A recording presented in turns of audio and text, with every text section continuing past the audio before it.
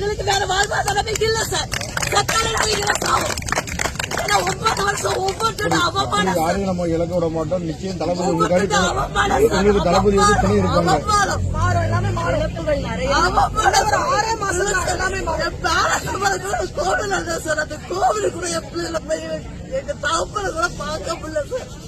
அந்த அவமானம் எங்களுக்கு எவ்வளவு ஊர்ல இருக்கும் தெரியுமா சார்?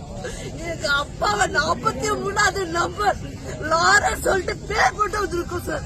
ஆனா அந்த கொரோனால பாதிக்கப்பட்டு எங்க அப்பா எங்க பாடி தரல. எங்க பார்க்க கூட நாங்க இங்க இருந்து டியூட்டில இருக்கிற எங்க டியூட்டில இருந்து கூட ரிலீவ் பண்ணாம வச்சது பண்ணாங்க. அந்த வருத்தம் இன்னும் எங்களுக்கு இருக்கு சார். எங்க பெத்தவங்களுக்கு எப்படி இருக்கும் அந்த கவலையில எங்க அம்மாவும் இறந்தாங்க சார். அவ்வளவு பிறகு இழந்துட்டா நாதையா உட்காந்துருக்கோம் எல்லாருமே.